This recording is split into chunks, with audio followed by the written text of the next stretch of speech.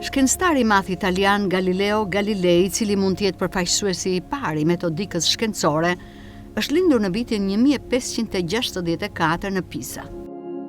Studimet i kreu në Universitetin e Vendlindjes, por i ndërpreu për arsye financiare. Në vitin 1589 fitoi të drejtën të japë mësim në të njëjtin universitet. Disa vite më vonë u bë antar i trupit mësimor në Universitetin e Padovës, ku ndenjë deri në vitin 1610.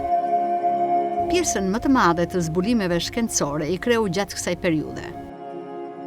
Sukseset e parashkencore Galilei arriti në fushën e mekanikës. Aristoteli prej kohësh kishte hedhur tezën se trupat e rënd bien më shpejt nga të lehtët. Për shkak të autoritetit të madh të shkencëtarit të lashtë, të gjithë brezat e shkencëtarëve të mëvonshëm e kishin pranuar këtë tezë si të vërtetë. Megjithatë, Galilei mendoi ta provonte tezën duke hedhur trupa nga kulla e Pizës. Pas shumë eksperimentesh, vuri re se Aristoteli nuk kishte patur të drejtë. Trupat e rëndë dhe të lehtë binin me të njëjtën shpejtësi, në qoftë se nuk merrej parasysh përkimi i ajrit. Që kur zbuloi këtë të vërtetë, Galilei hodhi dhe hapin e dytë. Ai mati me vëmendje largësinë e trupave që binin në kohë të përgjysmuar. Me këtë, ai zbuloi se binin në përpjestim të drejtë me kohën. Ky zbulim, që do të thotë shpejtësi e njëjtë, sigurisht që është i rëndësishëm. Por më e rëndësishme ishte që Galilei arriti të bashkonte rezultatet e një vargu eksperimentesh në formulë matematike. Përdorimi i gjerë i metodave eksperimentale dhe i formulave të ngjashme ishte veçori e rëndësishme e shkencës bashkohore. Zbulimi i dytë i rëndësishëm i Galileit është ligji për inercinë. Përpara kësaj, mendoi se një trup që lëviz në vetvete e ngadalson shpejtësinë derisa qëndron në vend, në qoftë se nuk do të ketë shtytje të jashtme. Megjithatë, provat e Galileit treguan se ky parim i pranuar në përgjithësi ishte i gabuar. Në qoftë se forcat penguese, për shembull fërkimi, do të mënjanoheshin, trupi do të vazhdonte të lëvizte pafund. Ky parim i rëndësishëm i përsëritur nga Newtoni dhe i paraqitur si ligji i parë i lëvizjes është një nga parimet themelore në fizikë. Zbulimet më të rëndësishme të Galileit janë në fushën e astronomisë. Në fillim të shekullit të 17 në teorinë e astronomisë nisi një lëvizje e paparë. Rilindën mosmarrveshjet e vjetra midis trashëgimtarëve të teorisë heliocentriste të Kopernikut dhe idhtarëve të teorisë më të vjetër geocentriste.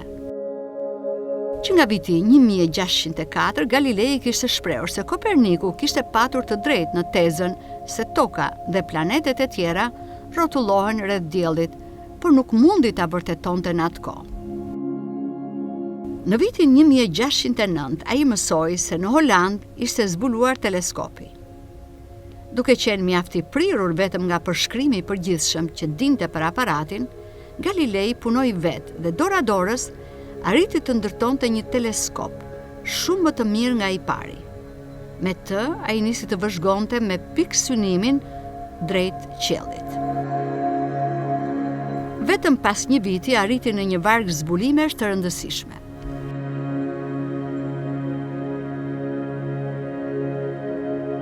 Ai vëzhgoi hënën dhe pa se ajo nuk ishte një top i lëmuar, por i shkaravitur nga shumë kratere dhe male të lartë.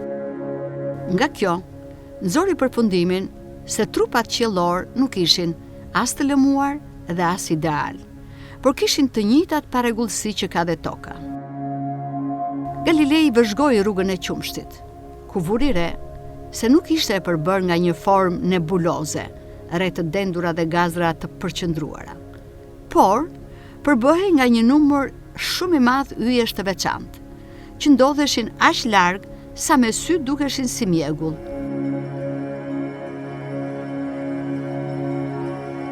Vëzhgoi planetët dhe pa që rreth Jupiterit vërtiteshin 4 hëna. Kjo ishte një dhënë e qartë se trupat qiellor mund të rrotulloheshin dhe rreth planeteve të tjerë dhe jo vetëm rreth tokës. Gjithashtu, ai vëzhgoi diellin dhe zbuloi njollat e tij. Në të vërtetë ato ishin zbuluar shumë kohë më parë nga shkencëtar të tjerë, por Galilei botoi materiale me argumente më bindëse për këto. Ndaj dhe fitoi admirimin e kolegëve. Ai theksoi se planeti Afërdita ka faza të ngjashme me ato të Hënës. Ky ishte një argument i rëndësishëm që vërtetonte teorinë e Kopernikut se toka dhe të gjithë planetet rrotullohen rreth diellit.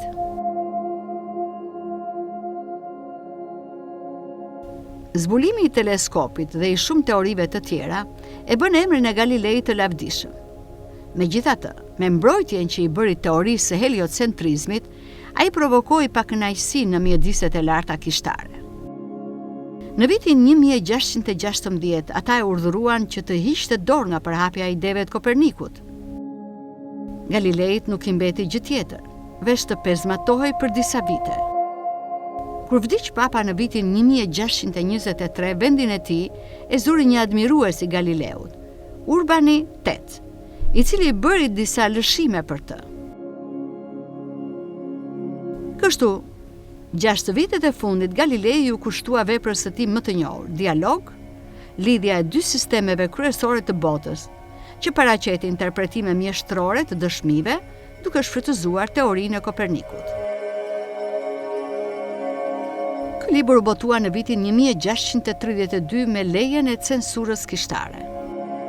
Por udhëheqësit e tjerë kishtar reaguan me zemërim ndaj këtij botimi dhe Galilei shumë shpejt u gjend para gjyqit të Inkuzicionit të Romës, në akuzën se kishte shkelur ligjin e vitit 1616. Shumë besimtarë nuk ishin dakord me vendimin që të dënohej ky shkencëtar i madh. Edhe ligji i atëhershëm i kishës nuk ishte i qartë, ndaj Galilei u dënua relativisht lehtë. Atë nuk e futën në qeli, prapat dritarëve të hekurta, por e lanë në mbikëqyrje në vilën e tij në Arcetri.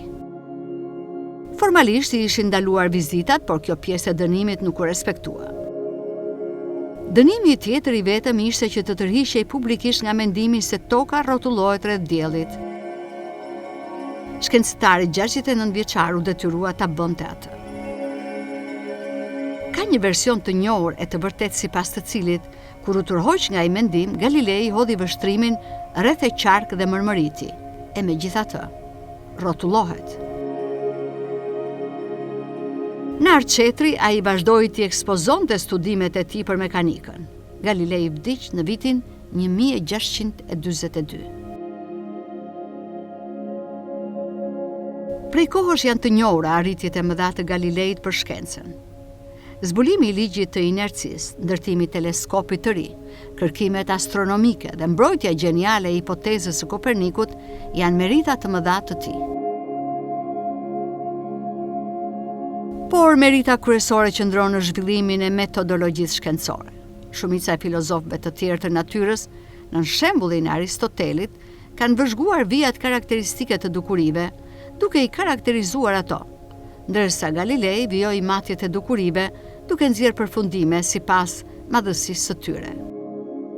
Metodat eksperimentale që ai përdori mbetën shembull bazë për kërkimet e mëvonshme shkencore. Galilei më tepër se kushdo mbetet themeluesi i shkencës empirike. Ai i pari dha garancinë për domosdoshmërinë e eksperimenteve. Ai hodhi poshtë zgjidhjen e problemeve shkencore si nën autoritetin e kishës dhe nën autoritetin e mendimtarit të madh, Aristotelit. Ai hodhi poshtë gjithashtu skematizmat e ndërlikuara deduktive duke u mbështetur fort në metodat eksperimentale. Skolastikët e mesjetës për një kohë të gjatë këmbëngulnin se një dukuri duhet të ndodhë pavarësisht nga realizimi ose jo i një dukurie tjetër, ndërsa Galilei këmbëngulte në domosdoshmërinë e eksperimenteve për përcaktimin e ndodhjes së vërtetë të dukurisë. Parashikimet e tij shkencore ishin larg çdo lloj misticizmi. Me këtë veprim ai u bë më bashkëkohor se ndonjë udhëtar i tij, si për shembull Newton. Galilei ishte thellësisht fetar. Në gjyq ai nuk u tërhoq nga feja e tij e as nga kisha. por hodhi poshtë përpjekjet e pushtetarëve të kishës për mbytjen e kërkimeve shkencore.